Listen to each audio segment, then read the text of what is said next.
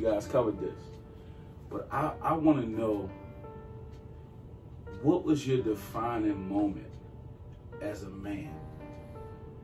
Because I could talk about the income to debt ratio with hustling versus working, but I want to know, more importantly for me, I think one of the questions I ask every man is, when did the light switch go on?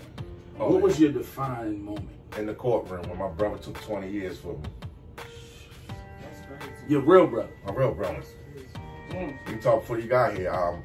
What happened was, there was a lady on the stand, and they asked her, when was the last time you saw your husband? She said he was in the basement with Montana. They was counting $1 million. And they said, well, who's Montana? She points to my little brother. My brother turns around like in the courtroom like this to me.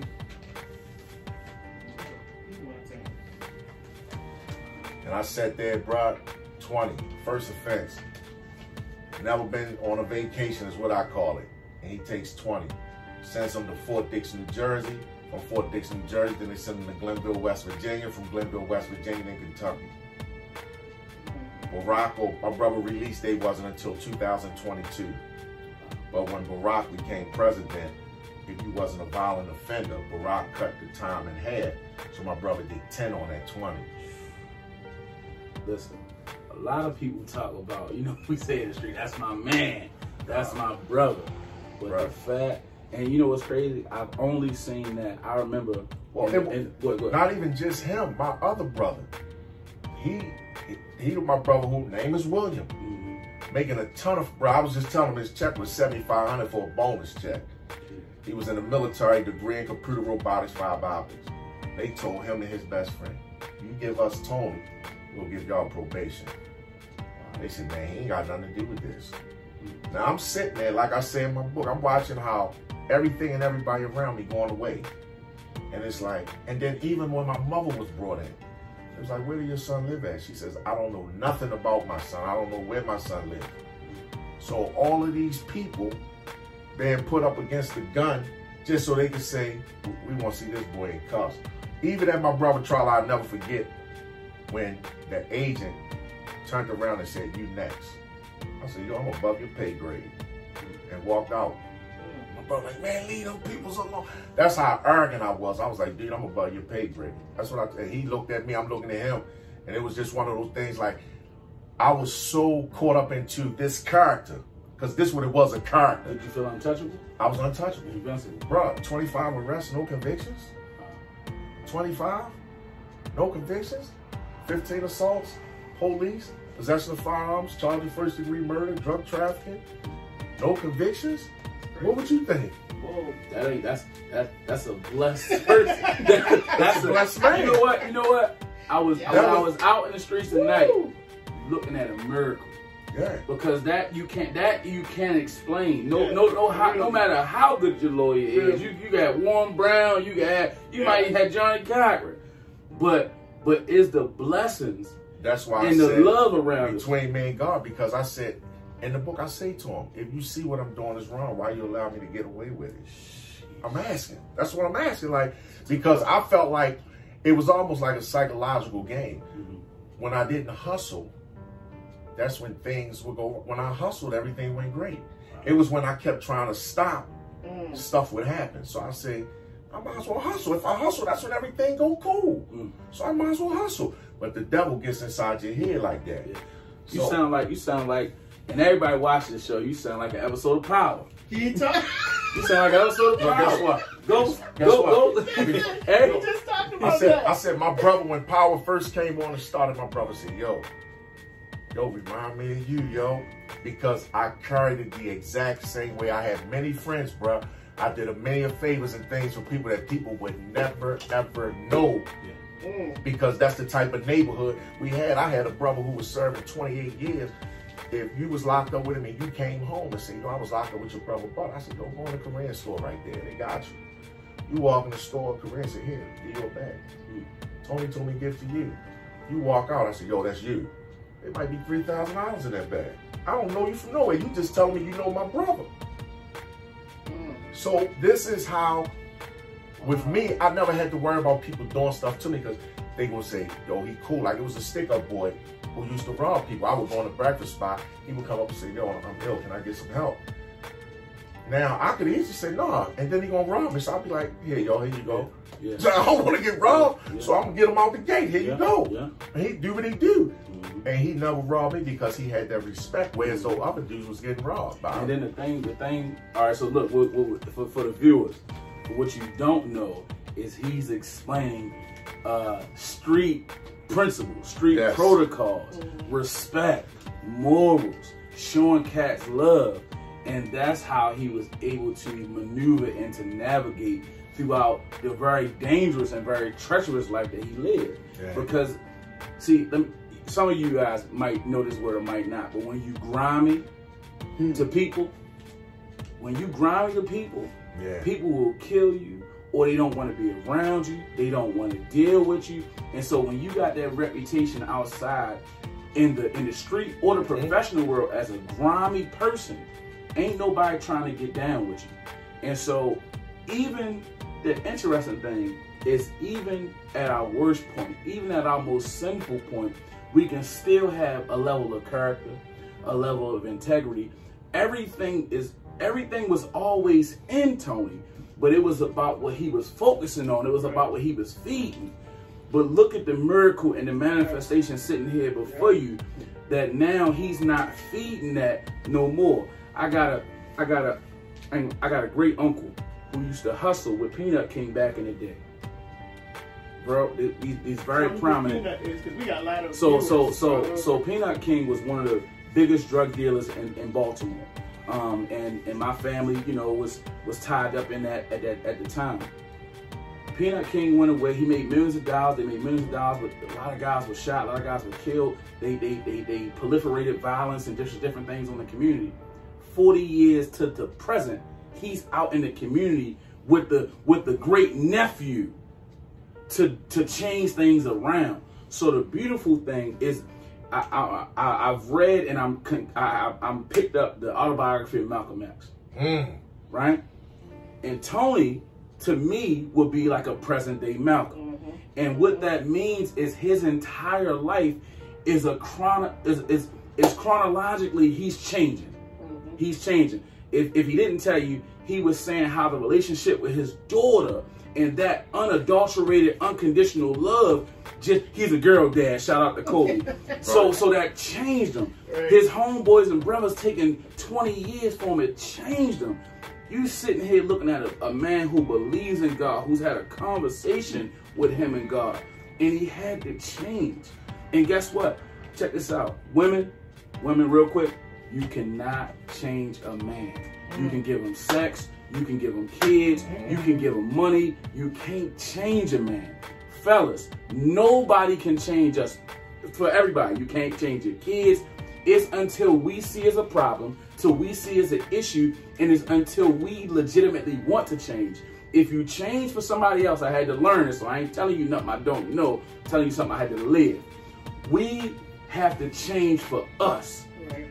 Everybody around you can want the best for you, but if you don't want the best for you, if you don't see the worth and value in you, it's not going to happen. If you change for somebody else, the change ain't going to be consistent. It's not going to be consistent. You got to change for you. And man, I love you because you have changed. I wanted to speak on Michael Randolph said we have to take or talk about PTSD, the post-traumatic stress disorder. Definitely. So me growing up, I guess people would say, well, how did he get involved?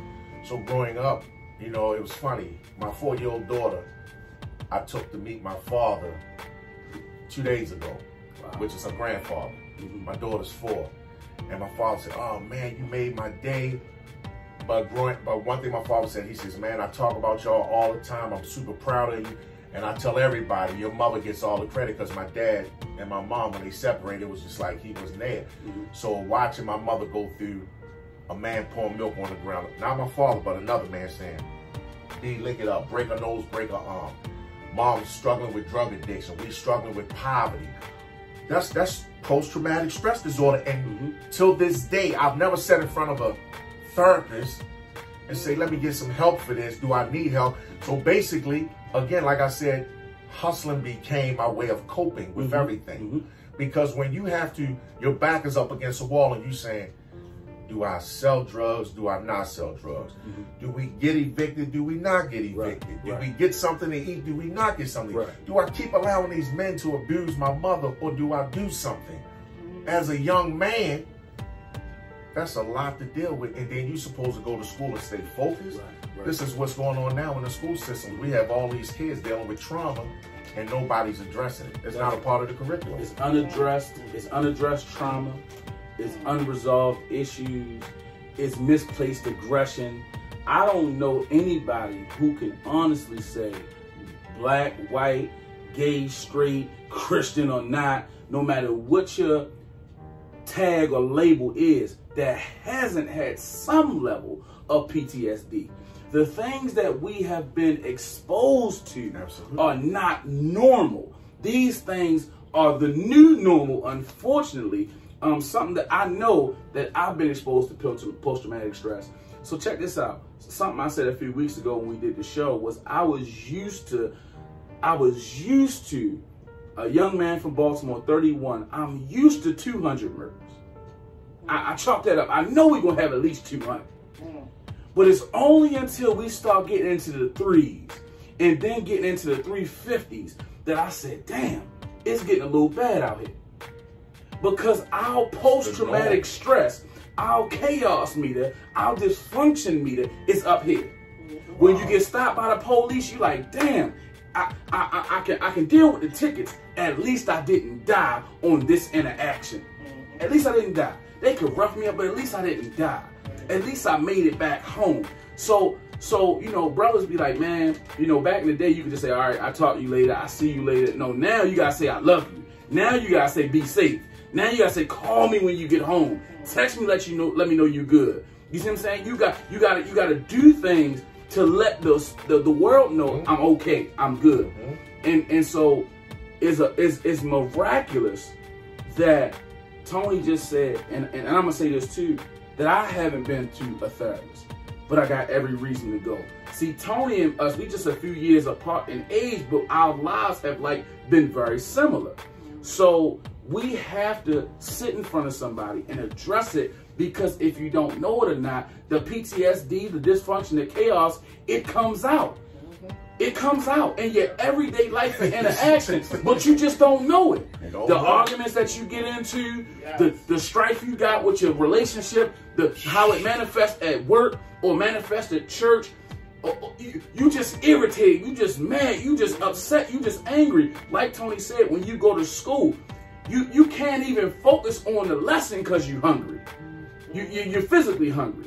So it's all these kind of things that's why we lash out. We don't have conflict resolution. We don't have de-escalation. We coping with drugs. We coping, we high, we drunk. That's how we coping. We're not coping in a healthy way. We're not displaying healthy dynamics to our children. We so hard. And it's only sometimes until we have the daughter that we soften up. We so tough, we so hard, but it's only until it's something that mama said, and we gotta come to the bedside that we soften up. So because we taught the PTSD, how it manifests is we taught not to cry. We taught to toughen up. Yep. Don't act like a little punk. Don't act like a little sissy. Yep. And check this out. Now how it manifests years later is a woman will tell you, act like a man. And you like, what? You a woman.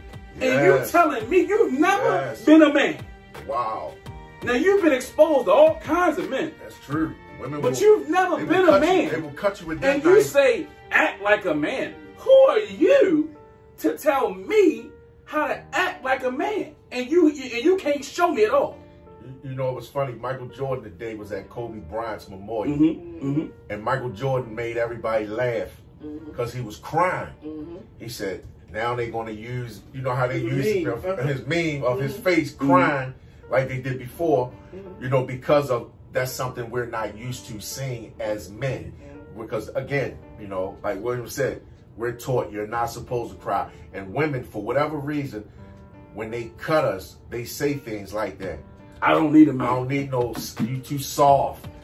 Girl, I got this nigga crying over me and this and that. It's like, what? Like, I'll just be like, boy, oh boy, this is crazy. Definitely. You know?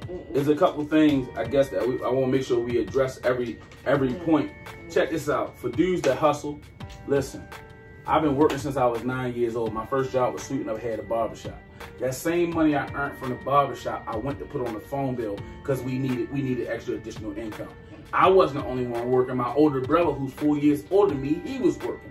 And so we combined all the resources. Mama might have been getting a check or whatever. I'm working at the barbershop. My brother working. He doing youth work. We took all our resources and we paid those bills.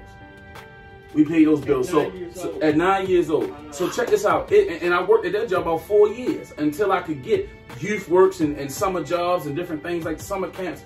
So we make a lot of excuses and a lot of justifications for doing the things that are not right. Yeah. We make a lot of excuses, a lot of justifications. Man, I had to get out there. No, there's another way. Because check this out, fellas who hustle. And Tony knows this now. He may not have known this then, but I'm gonna school you to some game. Your income to debt ratio when you hustling is crazy. Let me break it down. You have more debt, but you gotta stay fresh. Cause you know black folk, we like to look good. That's our self-esteem. We create bills. You got a girl you gotta take care of. You got food you gotta eat every night. And guess what? Guys who hustling not buying groceries, they buying fast food. You see what I'm saying? They gotta keep. My thing is, if I'm hustling, I'm not gonna look like I'm hustling. But what Barack said is because we wear gold chains and ropes and all this different kind of stuff because we're insecure on the inside. We don't love ourselves. So we want to project a certain level of status like they were talking about earlier with the car. Throwing bricks at the penitentiary. Now check this out. So you guy hustling, he keep getting locked up. He got to keep starting over, but he going away for years. He going away for the gun charge, 5 years. He going away for hustling for years. Check this out. Non-violent offenses or violent offenses. But the corny dude who you didn't rock with, who worked at McDonald's, he been a crew trainer. He been a swing shift leader. He done had the keys. He a manager, then he go to regional manager or director, or he might own one. His trajectory is going higher. The dude who you like, the tough dude, the thug dude, his trajectory is going down. But y'all don't see that. Yeah. All right, that's that. I'm gonna let that simmer. I'm gonna let that simmer. That's real because look, even when I was just saying like earlier, all the guys who grew up with me hustling, when we look back now, we even talk about it. We say, yo. What we know now, if we done did this years ago, yo. But we ain't know. Because we thought the only way to get money was the streets. That was it. That was the quickest way. That was the quickest and that was the thing that caught our eye. McDonald's. If you worked at McDonald's, man, I ain't working in no fast food. I don't want to smell like burgers and fries. That's that pride. That's our pride again. Because again, we make fun of the craziest things.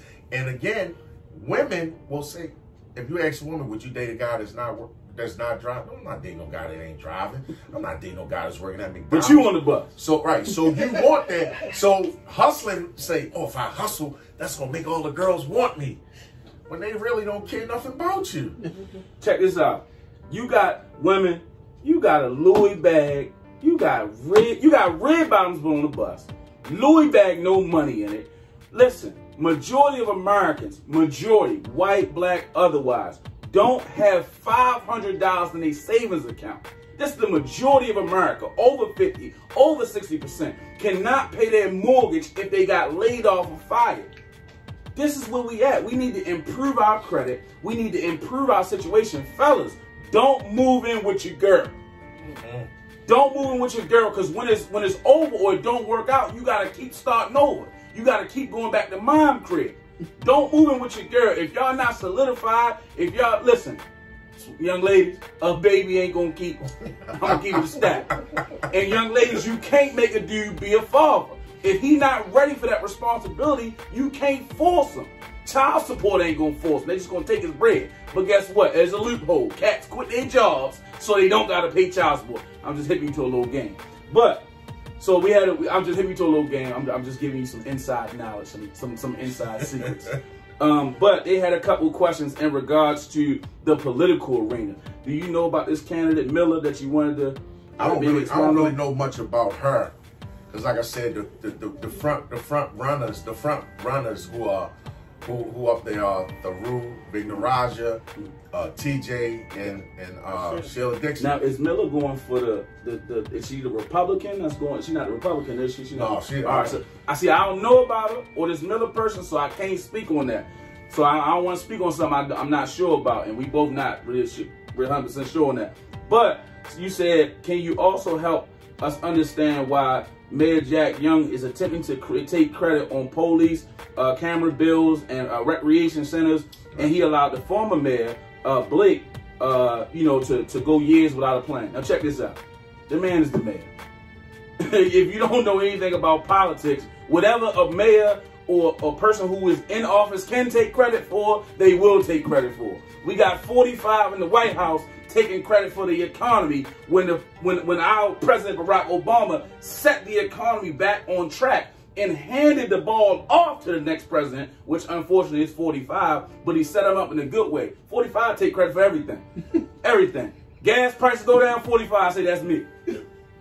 Immigration, he said that's me. He cutting food stamps. He said, you know what? Well, people are not relying on the government. That's me. Whatever a person can take credit for, they will take credit for. We have to become educated voters and be able to know both sides of the situation. Jack been a city council president or in city council for over 20 years.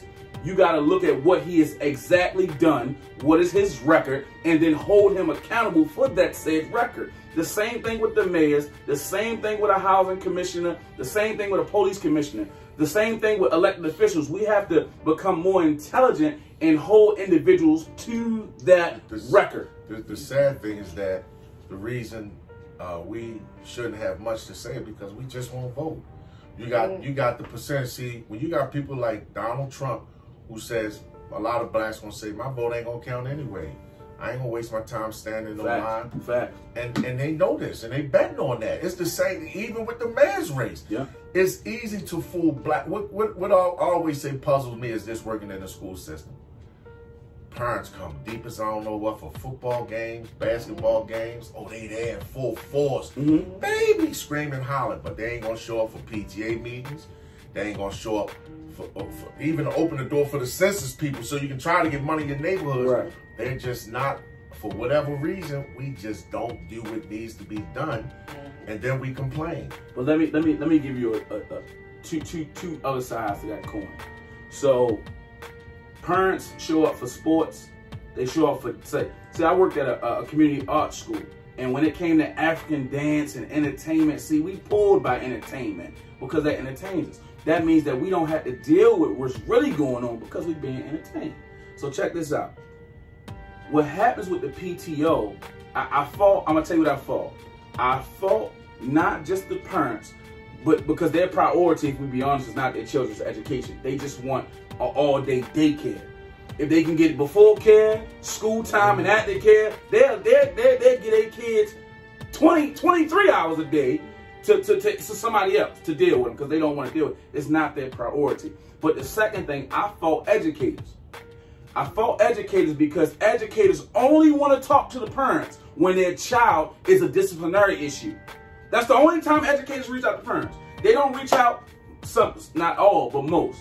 Most don't reach out to try to build a relationship with that said mother or that said father or whoever the guardian is. They only wait until they get in trouble to reach out. It's funny you say that, and that's 1000% true, because when I was working at Milford, it was crazy. I knew none of the kids that were good kids. They would say, hey, Mr. Roberts. I would say, hey, how you doing? And I'm like, oh, he must don't get in trouble.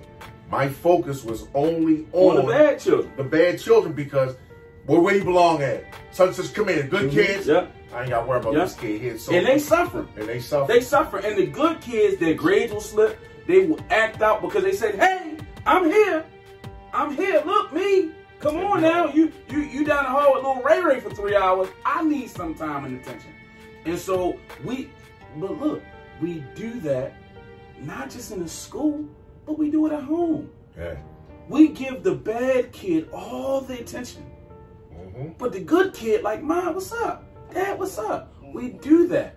So listen, what we see in the school system is a direct result of what we know is going on at home. Yep. It don't take rocket science. I said as educators, we're failing because as an educator, you see what's going on, yet you come to work every day, you won't be nothing to change it. Like they told Baltimore County teachers, we can't give students below 50 now. So that means if you never show up, You're going to get at least a 50. I still got to give you a 50. Mm.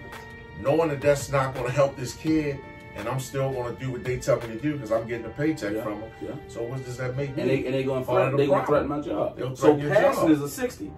So you just got to show up sometimes. Like I said, if you show up and get 100 on 2 tests, You and gonna then the pass. 50, you're going to pass. Because if you say 100, 100, 50, 50, 50, and average it out, you're going to come up with a 60 to pass. But we've lowered. So we lowered the standards. Crazy. That's crazy. We lowered our standards, right?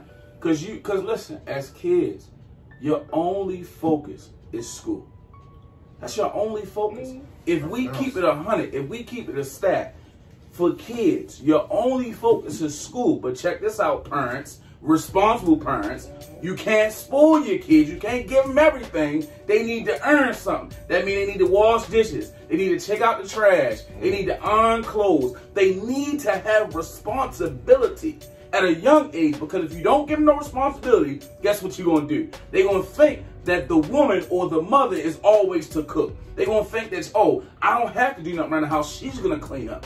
So we're teaching individuals the wrong things. We're teaching the wrong things. We got a lot of people out here, young and old, who have to unlearn a lot of things that they've been taught in a negative sense. In a negative sense, I'll give you 2 real quick.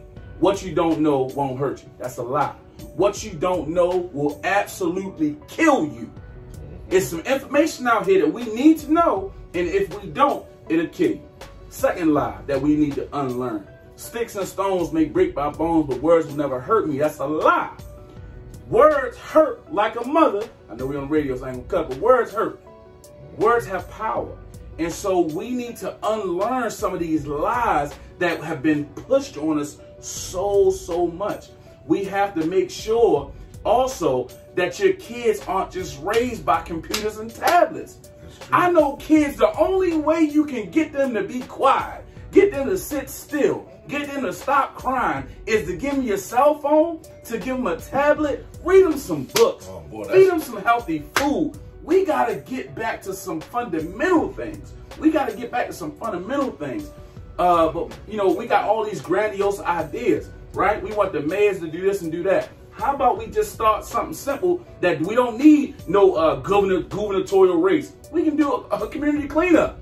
Back in the day, it was who had the best lawn, who had the best sidewalk. Clean block You too, see what I'm yeah. saying? Who, you know, I mean, so it's some small things that we can legit do that would change our situation and condition. I work in the school system. I ain't gonna tell you what school, but I work in a school, middle and high school.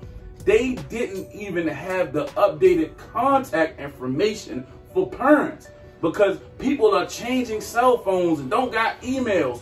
We need to have the updated. That's why you don't have PTO, because you don't even got the contact information for the parents. If you got 500 students, 2,500 students, you gotta have their phone numbers. You gotta have their emails. You gotta know who the parent is. My principal, best principal in the world, we call him Dr. Andre Bunley. Some people call him Young Joe Clark. He knew 2,500 parents and grandparents. He was intentional about knowing the parents and the grandparents so I could call on them, I could pull on them, not just for function and injunction, not just for basketball games or dance recitals, but I could call on them because if you can't call on parents, you ain't got no power.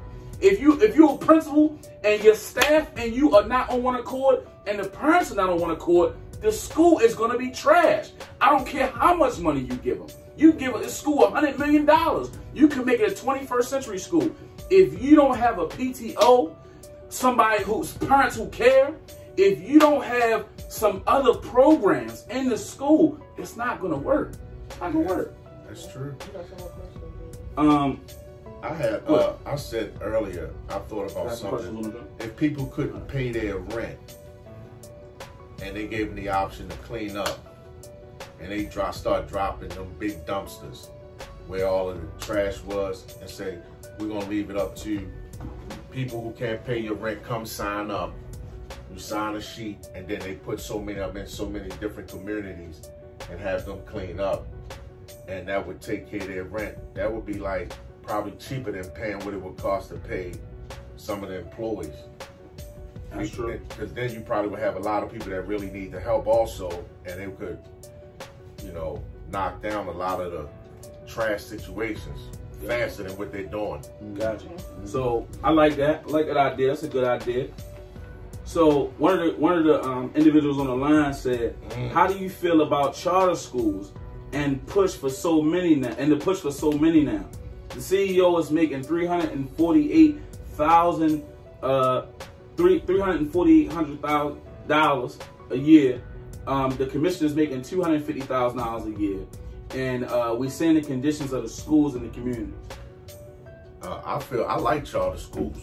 One of the issues I have with Baltimore City and Baltimore County schools is we're never going to get good teachers, because I'm going to tell you why. What? They make you take this test to praxis. Yep. Everybody got to take it to be certified teacher. Practice 1 and 2. You ain't got to take it if you work in private sectors. Why? So what students score high on the SAT? You got schools like Madonna, Gilman, Loyola, Blakefield, Cal, all those schools, those teachers don't have to take a praxis. Okay. Some of them they may, but a lot of them teachers don't even have to take a praxis. And at Madonna, because I live right there by the school, they built like condos on the school ground where the teachers live at. Yeah. Wow. Yeah. They got They got so the teachers live there, housing, and they ain't got to take. So here's my thing: if you're a specialist in social studies, why are you taking a test dealing with math?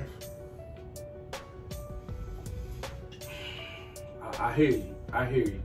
So this brings me, what you just pulled out of my mind is something I wanted to say earlier. My professor always would tell me, we got to take into consideration that some people just aren't good at their jobs. I believe if you don't have a passion for something, you shouldn't do it. Money shouldn't be the swaying factor. If you're not passionate about teaching, do something else. Right. If you're not passionate about being a police officer, do something else. Right. Now my thing is, you make a compelling point. I like charter schools because I feel like they're creative and they're outside the box with their curriculum. Right. They're doing some things. They're doing home economics and they doing some creative things with the curriculum. That's why I typically like charter schools. I feel like they do a bit more. But I gotta push against something that I think Tony said. I gotta stick up for teachers. There's a lot of passionate teachers in Baltimore. There's a lot of great teachers in Baltimore.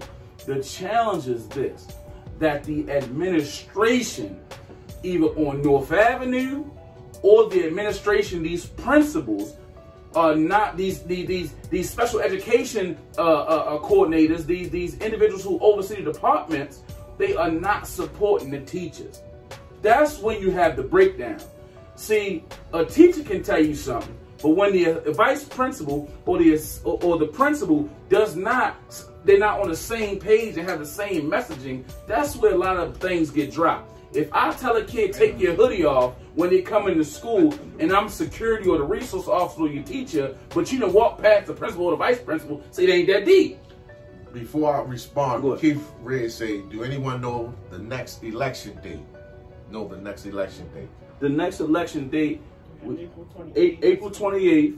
but I would also think that, you know, we got the big elections in November. November the 3rd or 4th. So when I say about good teachers, you say April 28th or 20th? April 28th. Let me give you the dates for it. Is like for instance, you can have a teacher that specializes in social studies, but they got this teacher teaching science. To me, and then do you think the teacher should have a well-rounded education? Like a liberal arts education is like is a composite of everything. I'm gonna tell you why I don't feel like that works. When you look at other countries like in Russia, China, if their specialty is one thing, that's what they focus on. So I'll give an example. Like, here's what I tell people. They want you to take a praxis, right? Yeah. Let's say you got PhD. You nailed the praxis. You dealing with a class on finance. Who would I want to teach me? You or Bill Gates? Bill Gates applied for the job. Yeah, he don't have a college degree. This is true. This is true. See what I'm going at with this? I feel you. See what I'm going at with this? So, but let me shoot back at that. Bill Gates don't got a college degree. Neither does Warren Buffett. But everybody that worked for them got a college degree.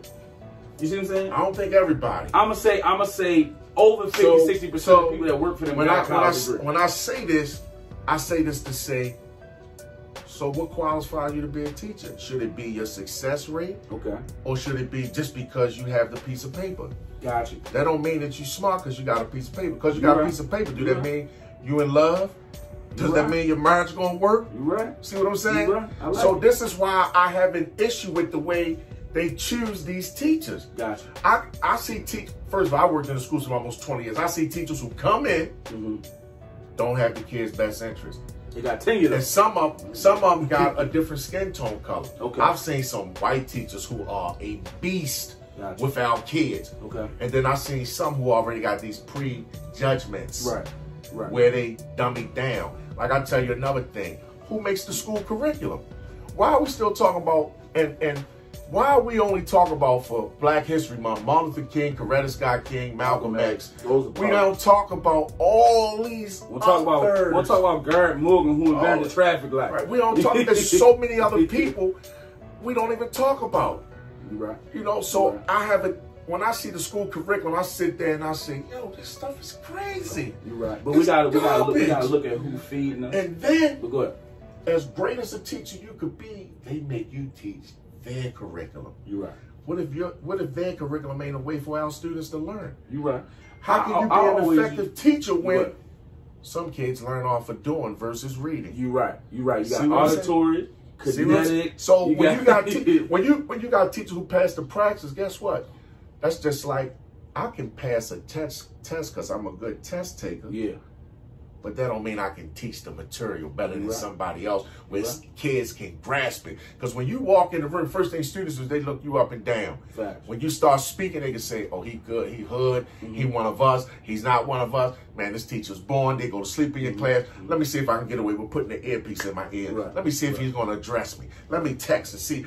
All these games are being played. The main thing that I think, one of the main things that determines if a teacher is good or not is the ability to control your class, to have classroom management. Because you shouldn't have to call the principal for everything. You shouldn't have to call the resource officer for everything. So I'll tell you a situation I was recently in. Go ahead. There was a teacher assessment, which means the teacher's teaching a class, vice principals, and the department chair sit in your class. So you're a first year teacher. You got 35 kids in your room. Of the 35, 33 of them IEP and 504s, and they walking around jumping up and down, cussing, fussing, acting a fool. Do you think they're going to think that teacher's effective? No.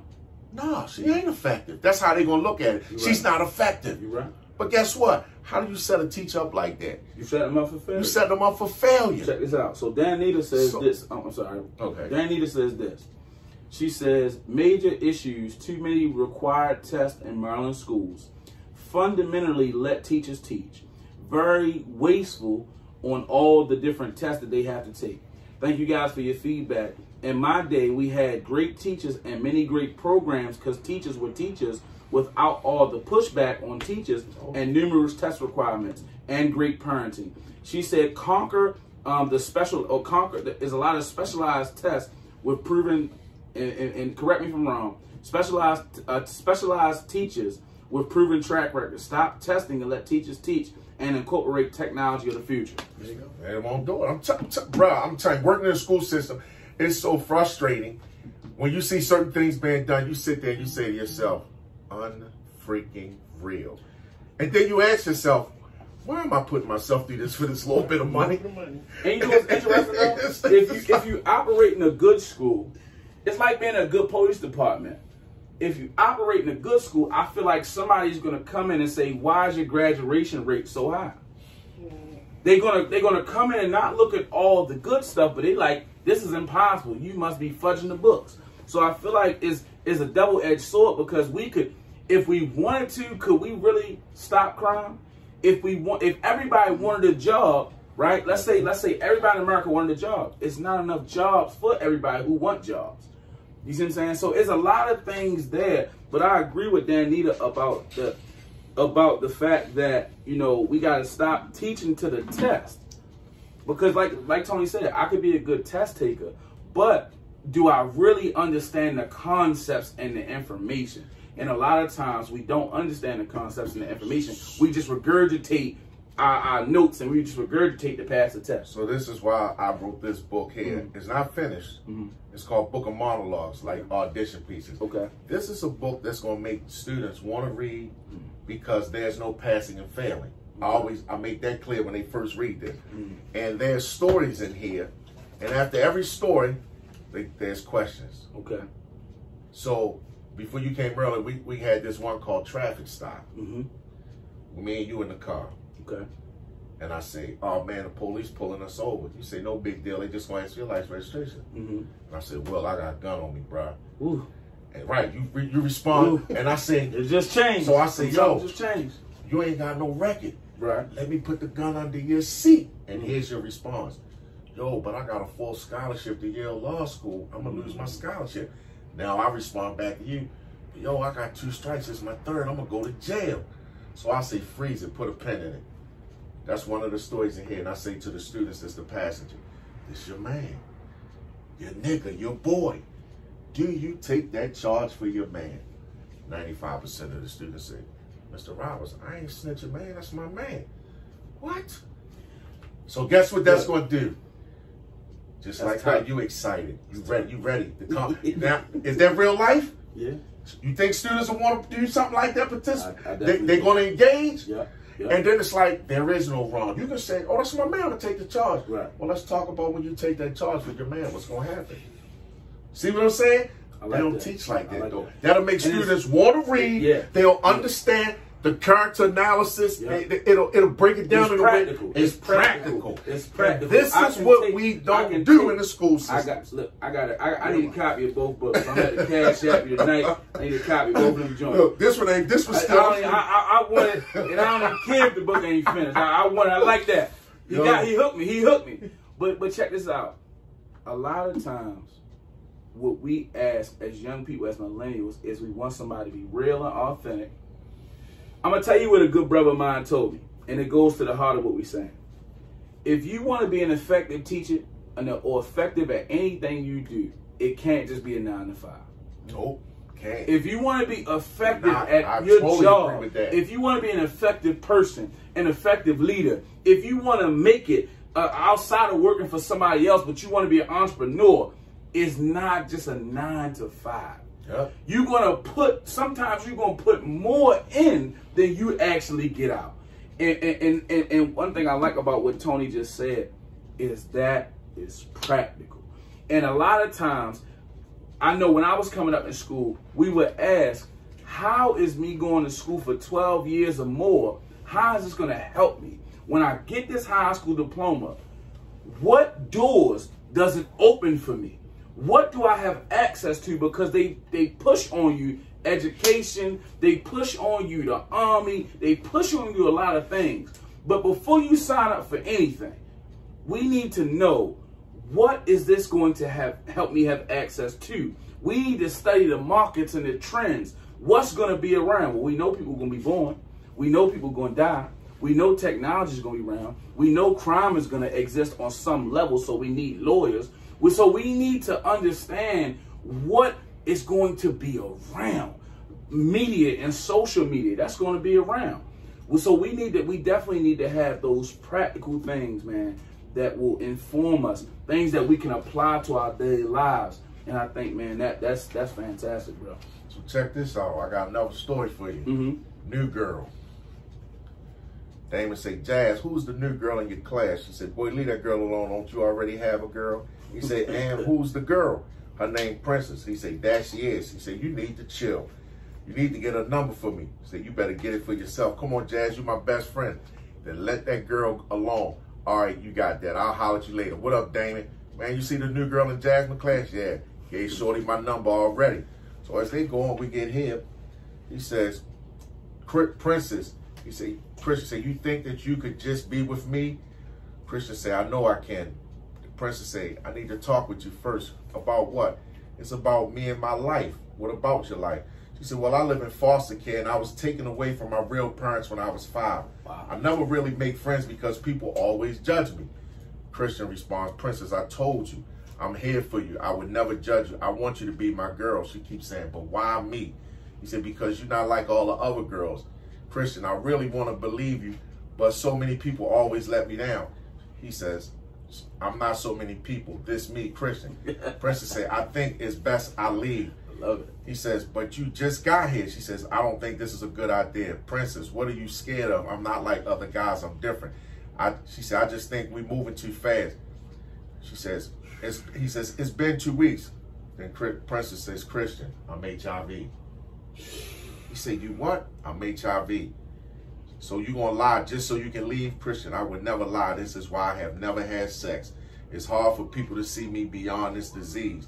They see a pretty face in the body, but when they find out about me being HIV, they no longer want to be my friend, let alone my boyfriend. I had to tell you the truth. I did not have that same option. So on the questions, should Princess told Christian she was HIV? Do you judge people by this? Would you tell? See where I'm saying where this book goes at? How many kids, bro, would interact? Real life situations. And dude, don't tell me what book in school talk about this kind of stuff, bro. I'm getting a copy of this book this evening. I don't care if it's done or not. But check this out. How many kids talk There's so about many this? things that's coming through my mind, right? Exactly. First, as men, how often do a woman say we need to talk and about what? Yeah. That's our first thing. Right. It can be about anything, right? We don't know the topic, and I'm like this. I told you my chaos meet up here. You need to talk about what? We can talk later. No, we can't. I need to know the topic. I need to know now. I need some insight. I need to know what's up. But check this out. Man, that's so practical. A lot of times we start entering into something, right? Because we see the representative, right? And a lot of times we about to enter into something. Now check this out. He could have felt like his man was hating. Man, why won't you put me on? His homeboy might have had some inside information or said, yo, you don't want to do that. Right. But look, he ain't take the wise counsel of the homeboy.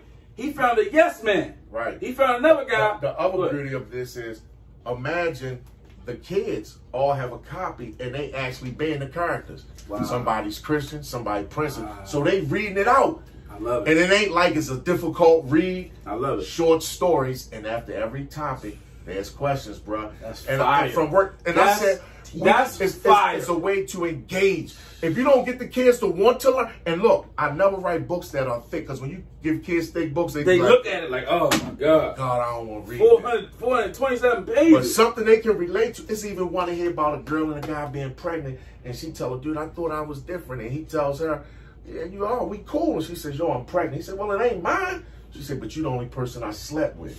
So when I asked the students, what could they have done different? The average thing. Wore a condom. I said, but what if it bustled? Then I say, ladies, I have a question for y'all. What's that, Mr. Roberts? How you lay down with the man without asking him what's his intentions? I said, how many of y'all asked that question? See what I'm saying? We don't talk about stuff like this in class, bro. Yo, that's what I'm trying to tell you, bro. When I say, and I don't toot my horn. This book, man. Book of monologues, I'm telling y'all it's coming. This book, man. Look, bro, I don't toot my horn, but let me say this. Any school I have ever worked in. I don't even do it. We don't even do Look, we only do this in college. Yeah. You only do that kind of thinking, that kind of practical stuff in college. Any school I have ever worked in, the students connect with me, bro, because all I do is think, when I sit in the classroom and I watch some teachers teach, I'll be like, yo, I wouldn't want to learn in this class. It's too boring for me. It's not engaging me. And especially, look, it's not engaging, it's boring. That doesn't take into consideration their skin tone or their ethnic background. Because we do this. That's what we do. When they come in, they say, oh, y'all got to read this book on Shakespeare. Tell me how that's going to relate to this generation. Don't get me. I love Shakespeare. Which part of Shakespeare? Because I love Shakespeare because I read it. I'm a theater person. Be or not. But this generation, they're not relating to Shakespeare. No. They need something they can relate to. How many girls end up pregnant? How many dudes trying to knock the new girl off? Facts. How many dudes in the car with their man to find out he either got drugs or a weapon in the car? We're not talking about Romeo and Juliet. That's what I'm We're not talking about the light beyond the window bricks and Juliet faces the east. We ain't talking about this practice. This is stuff that we don't do. So when you don't do this, and guess what? I need that. Once they read this, guess what's going to happen? Let's say you come across a situation. Yo, I remember we read that. I was in this situation. Facts. Oh, yo. And like I tell him, I say, yo, if your man telling you to take a charge for him, that ain't your man. That ain't your man. Now check this out. Why would you throw your scholarship away? Old school principles. Yeah. Tell me, and Tony know this, and Miss Charlene know this, and Greg know this. Listen, you take your child. Yeah, you take it, bro. Look, we ain't splitting this. If it's yours, you take it. I'm not going to have a about gun on me. snitching And all we can that. stop. And if anything, I might say, look, Greg, I got this burn on me. I'm jumping out, bro. I'm going to take off running. You know, but I'm not going to say, Greg, throw your life away. No. You know, throw your scholarship away. No. And then when I hear the dude say that, I say, bro, that's because y'all, I say, I get it. You got to lie for your man and show you tough. Right. Mm-hmm. Behind closed doors, I seen a million niggas tell them. Yep. Now check this out. Yeah. The only time that I've seen what Tony is saying is in the movie Notorious. When Biggie Smalls and his man was together and they got caught with the gun. Yes, I remember that. Caught with the gun. Remember that. Yep. Biggie had talent. He had potential. He was going places. Man took the charge. His man took the charge, and his man said, listen, it's not about owing me or anything like that, but he said, you're going to make it. And especially because I'm taking this charge, you got to make it. Don't go back to the block. So it's some people in your life that if they really got your best interest at heart, they're not going to tell you nothing that's going to hurt you. They're going to be honest with you. They're not going to tell you. This is the thing that we do around us. See, we tell each other what we need to hear, not what we want to hear. Not what we want to hear. And so, man, this book, man, look. That's why when you said to me earlier, what was your turning point? And my brother, that time, I said it then. I said, yo, I'm going back to school. I'm going to finish what I didn't finish, where I stopped. I said, I got to go back and finish it. So when I had those rough days, like where I was ready to throw the towel in and quit, and it got too much for me, I said, yo, I can't. Because I already knew, like, I don't want it to be one of those things like, man, y'all went, you know, like if Biggie wouldn't have made it and his man would have been like, yo, I took this charge from you, and you still out here going crazy. Yeah. I remember that in the movie, though. Check this out. But so it's a dude that I grew up. Well, he was much older than me. He was a street legend. They called him Bodie, Avon Box. That he's passed now. But all the guys in my neighborhood wanted to be like him. He seen me, and he said, "Man, go to school. Wow, this ain't your path. This ain't what you need." I've seen that. And he showed me too. And he said, "Look, them guys, they not going to. They don't want anything. They want to be me. They want to be the legend of me. A lot of times we want the legend, we want the myth, but we don't want the trial. We don't want the tribulations. We don't want to walk in them shoes." Check this out. I got a homeboy, and I don't know if he's watching. His name James Randall. I'll never forget. We was at Douglas, played baseball together. I'm running wild out here doing everything. This man went that path, bruh. School, you know, bachelor's, master's, all of this. And never even wanted to, or never said, let me jump in the drug game and I'm going to get money like that. But he just did a total different path. And I said to him, he was like, man, I'm proud of you. I said, boy, I'm proud of you. Because for you to say, screw what they got going on, I'm going to do what I need to do to keep moving. And again, that shows leadership, because now, it's like I keep saying, I ask my students, when we're in class, see, I talk about stuff that teachers ain't going to talk about. I say, yo, why y'all dating? And then I'll say, why y'all like the bad boys? Oh, Mr. Roberts, you know, man, them guys at schools, they squares. I say, yeah, but what's wrong with being a square? What's wrong with being smart? They're attracted to that bad boy. They want the boy that smell like weed coming to class. They want the boy with his pants hanging off his butt. They want the boy that's hooking class. Yep. Not all, but the majority. And this is what they're trying. The guy that's going to school that they see as somebody that's a, well, I don't think he's going to be fun. Or he not tough enough for me. He not firm enough for me. He ain't gonna, excuse my French, he not gonna call me a bitch. He not gonna slap me upside the head. Yep. But what it is unhealthy dynamics that we're perpetuating, because most likely you seen that from the house. Yeah. Most likely you seen that from your favorite rappers. Guys who used to do some things, but now they got money and they don't do that stuff no more. So we gotta be honest about what we putting out there, what we exposing our kids to. And you know what? I got about 11 nieces, right? got sisters, got, you know, mother and stuff like that. One of the greatest testaments to who you are as a man and your character and your integrity is, would you want your daughter to date you? Would you want your daughter to date a guy like you? The you are right now. The you was 10 years ago. The you gonna be 10 years from now. That's a would you question. Want your daughter, and I'm gonna throw it to Tony. That's a powerful question. Would you want your daughter to date you now? Or if you see your daughter as she's coming up with a dude like who you used to be. Oh, that's dead, bro. I gotta get away from my daughter. If he anything, bro, I had no regard for women. Meaning, I was hurting women and didn't even realize I was hurting them. Meaning, I would date a woman, treat her like she's my woman, give her a great loving, and then I might not see her for a month or so. Don't tell me, man, I'm be stepping on my toes, man. Then I'm going out my backyard. Then I'm going on to the next woman, and then the next woman, and the next. Not even thinking like, man, what did I just do to this girl? Let me ask you this question: when you're doing that, are you keeping it 100 with them? No. You're not keeping it 100 with them. No, I'm not. I'm telling them everything they want. Everything. Look, and that's that's why he's a fantastic writer. Yeah. Because he's writing from his personal life and experience. But also, fellas, we know. I got a young lady who I was connected to. I ain't gonna say her name. She said to me that, and this is somebody different than who my folk think. My kin folk, this is somebody different. I'm gonna hit you with something cause it shocked me. She said men can see that a woman has been hurt or is vulnerable. We can see it. We can see it. Check this out. Women who may be on the line, or you got daughters or granddaughters or nieces, if your car jacked up, we know you single. If you ain't got no air in your tires, if your oil ain't been changed, your car dirty, you know what I'm saying, you still got snow on the top of your car, we know you single. We know it. It's things that we can look and say, yeah, she ain't with nobody. She ain't with nobody.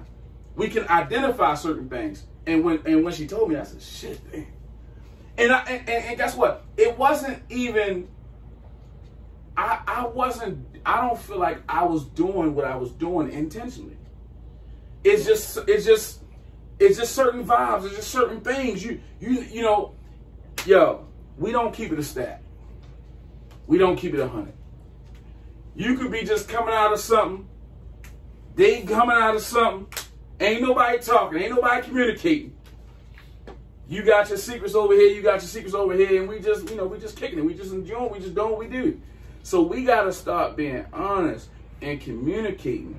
Because check this out. I don't want my 11 nieces or my sister or my mother to run into somebody doing some dirt that I have done or dirt I could be doing. I'm just saying, I ain't saying I'm doing. I'm just saying I'm good. So, yo, we got to be honest about certain things as men. Yeah. We got to also, if I know Tony married and he see a young lady with a nice posterior, I shouldn't be patting him on the back like, yeah, show the ass is fat, ain't it? Right. If I know he married and it's my real brother, I need to cover him. I can't take him to the strip club with me if I'm single. Yeah. There's certain things that I can't do if I want his relationship to be a success.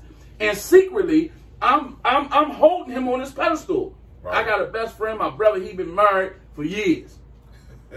For years. And that's my man. And I love him enough not to put him in certain situations that's going to mess up what he got going in his marriage and his family, but I'm not going to put him in certain situations because I want his marriage to be a success. So we got to start doing some things differently as brothers, as men. We got to start telling the truth. We got to be honest. See, when you honest and you put it out there, somebody can make an informed, educated decision.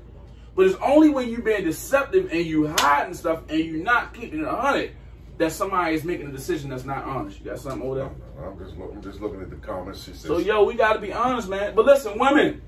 And then I got switched with you. Women, we got to be honest. Y'all need to be honest. Don't have these unrealistic expectations. Don't have this standard that nobody can reach but Jesus. We got to be honest. Yo, we got to start being honest about what we want, about what we need, We gotta know our love languages. Something I didn't know, but I had to learn the hard way is, how do I want to be loved? How do I want to be loved? What works for me, and what works for her? What does she need? It ain't. We can be intimate and not have sex. It's certain things that we gotta be talking about and being honest about. That's really gonna save us a lot of heartache and headache down the road. That's true. Real talk. All right, I'm back. Everybody, listen. Put your votes in, because I've been trying to get this brother right here to be on the show, to sit on Tony's seat. I'm trying to. I keep telling him he's gonna be the next man, Some bro. big shoes to fill, man. Oh no, bro, you there, bro? Listen, You ain't great. I need Tony. I mean, not Tony. I should have the books. The books should be ready. I'm gonna say 2 weeks, because I'm gonna get I want a dope cover. I'm thinking about getting an actual, like, a chessboard, like, you know, like a pieces of pawn or something like that for my cover. Okay. Yeah. It's a thinking man's world. Yeah. And that's what you, and last thing, I ain't gonna say them out. The books that you got, it's a thinking man's world. And if you do not think, Oh yeah. someone will outthink you, or somebody is thinking for you right now when you're not thinking. Better Right, think. that's right, You that's right. better think. That's right. All right, y'all. I want y'all to vote for William. His name is William Lesane. Okay. His last name is Lessane. You can actually go to his page. Tell William that we need him on What Up Baltimore to take Tony's seat. William is the first person that came to my mind, because I'm like, okay, I need him to sit on the seat. And plus, we've done some other shows together on the side, like some Facebook videos and stuff. And our opinions are so different, but I had fun. Like, I love talking to him. And thank you everyone who's been sending that question, especially Danita. Thank you for being a real supporter, because she's always commenting, and I love the fact that you stick to your ground, you stand your ground with your feedback, no matter what other people say. I want to let y'all know that on March 1st, we have Zalika Bazemore coming. She's a Republican mayoral candidate, so she's going to be coming on March 1st. She from here? She's from Baltimore. Zalika Bazemore. I wonder if that's I don't know. Her husband was a former, I think, middleweight or heavyweight boxer. I'm not sure. Yeah, that's that name. So that's why I'm like, wow. Yeah. So she will be here on March 9th. We have Wesley Hawkins. He's going to be coming. He's running for city council. March 16th, we have Tarsh Barksdale. He's coming for city council, and he's also going to be talking about what he's been doing with the young people in Baltimore, the Squeegee Boys. We're going to talk about that. On March 23rd, I'm sorry, we have Philip Westry coming on March 23rd. What district he run?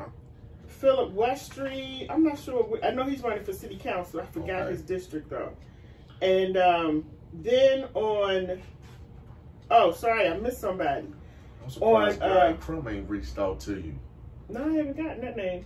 I'm running for the 12th District City Council. Haven't got everybody else reaching out, though. March 3rd, sorry, I'm so sorry, Mary Washington. March 3rd, Mary Washington is running for mayor. She's coming on March 3rd. And then on April 6th, we have Christopher Burnett coming. He's already in city council, but he's going to be coming on talking to us.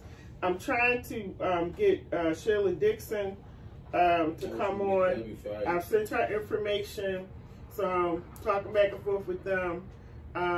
So we have some good shows coming up. If you are someone who really, really knows the ins and outs about voting, I would love to have you on the show. I've reached out to some people that I see who really know, who could come and sit on this chair and explain to us about the voting process, but they haven't gotten back to me yet. So if you know someone who is really good with that, please let me know, because we want to be informed people when we go to the voting polls, when we go to vote. So please make sure that you let me know about that. And like I said, Tony's leaving on Friday, everybody. Please flood his page, flood What Up Baltimore with all of your well wishes as he travels, his family, as they travel and move to Atlanta, Georgia. And Tony, anything you wanna tell us? What you gonna be doing down in Atlanta? So I'm gonna be promoting my brand, which is Theater Saves Lives. Okay. Pushing my books. I want to work with Tyler Perry. Like I said, I sent him my resume. I've already submitted to the Atlanta Black Theater Festival. So I submitted to them Between Me and God as a stage play. Okay. I want to do it like in a one act, like probably about 15 minutes of it. I signed up for where I come out like in a jail jumper because it's going to be like the cycle. There's not going to be any bars, but there's going to be like the psychological of being locked up as a man mentally. Yeah. So I'm waiting to hear back from because you got to get accepted. Okay. So they ask you this question. They're like, why should we accept? I'm like, I'm from out of town, from Baltimore. I'm like, theater's what I went to school for.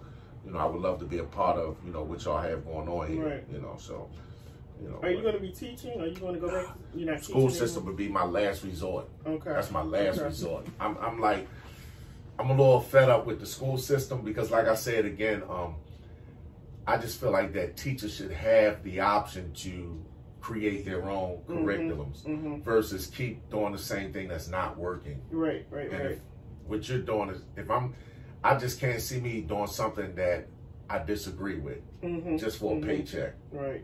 I can't do it. I have too much, you know, invested in the kids to keep doing it. That's why, you know, I'll come in and do an after school program or something like that, but it'll be based around my program, Theater Saves Lives. Okay. You know. Okay. And somebody said, who was that man? That man's name was William Lassane. You're a beast. That's my godson. I'm trying to tell y'all, you should run for office next year.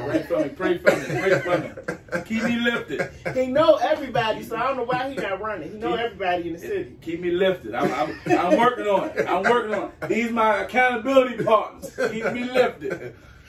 So, you know, somebody was sending up hearts for you, William, so you could actually be, you know, sit on Tony's seat. So just think about that, okay? Oh yeah, we're gonna make it happen. We're gonna make it happen. We want you to come sit on Tony's seat. Listen, we're gonna make it happen. We're gonna make it happen. No problem. No problem. As long as, you know, we're gonna make it happen. We're gonna make it happen. I'll adjust my schedule. We're gonna make it happen. Okay, all right. Every Monday night, 8 to 9. We're gonna make it happen. We just ran over a little time tonight because it's Tony's last night, so I just figured, you know, let's have a good time. Well, we on 8. We out of here 9 o'clock. So, you know, everybody, thank you so much for coming on. Tony, any last words you want to say to them before you go? I just want everybody to be safe. Continue to support the show, What Up Baltimore. Yes. Follow everybody. You know, Greg, William, Charlene, follow. You know, they're doing great things. And I don't know if any of y'all know Greg. He's doing a lot of things in the community. Yes. You know, Greg Manning. Putting in that work, something that we need more people to support and do. Because, again, you know, right now the city is in a real crisis. And we need all the help and support that we can get. So we need everybody to step up. And, again, this would be a great platform for anybody who has a voice to come on. You know, this is the show where your voice and opinions matter. You know, ain't nobody here attacking you. That's you know, we not trying to disrespect you. We just want to hear your point of view and what you have to offer. Yep. Nobody's right, nobody's wrong. You come on, you voice your opinion. This is just the way to vent with all of the stuff that's going on in the city. You need to come and sit on the chair and just vent. Danita Russo, please reach out to me. Give me your information. I would love to have you sister. on Danita's the show. A powerful sister. Please. Lot of connections. Yes. So Danita, please. I love her comments. And I love the fact that she don't back down off of what she says.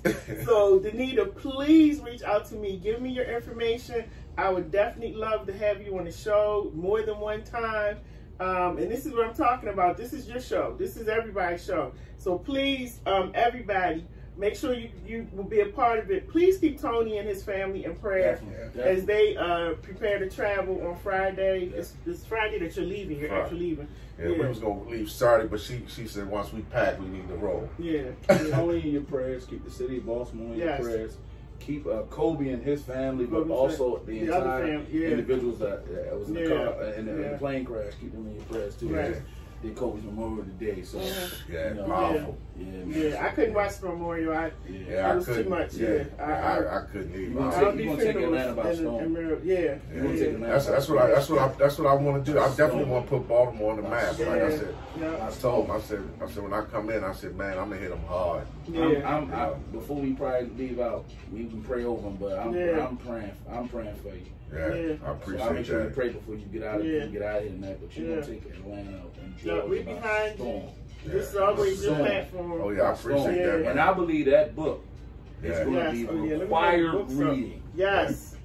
In the schools and outside. I want to get that in all the schools, man. I definitely want to get this in all the schools, the book of monologue. And this book is Conversations with God. I need both of them joints. So please, they can get them on Amazon, right? Yeah. Okay, this one you said is not ready. This one ain't ready. Okay. I still got. We got pushing to get it ready. That thing is fire. That thing is fire. Because I'm going to download this on my phone. So make sure you all get these books, okay? Support this brother, this good brother.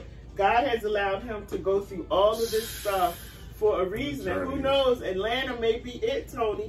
That may be the destination spot. And it's funny because, like I said, I told my girl the other day, I said, man, if you wouldn't have gave me the push, I'd probably be still sitting here. You know?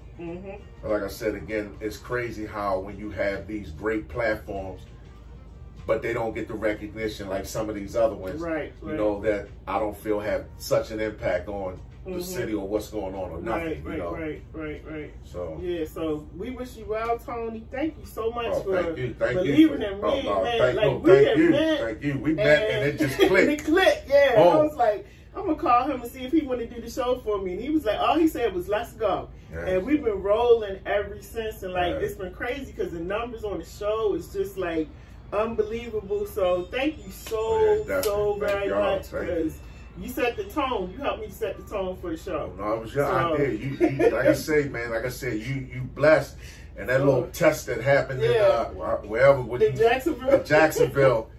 Hey, believe me, more tests than that gonna probably come your way. I know they're coming. You know, the bigger you get, the more people come. The attackers, the haters, they come.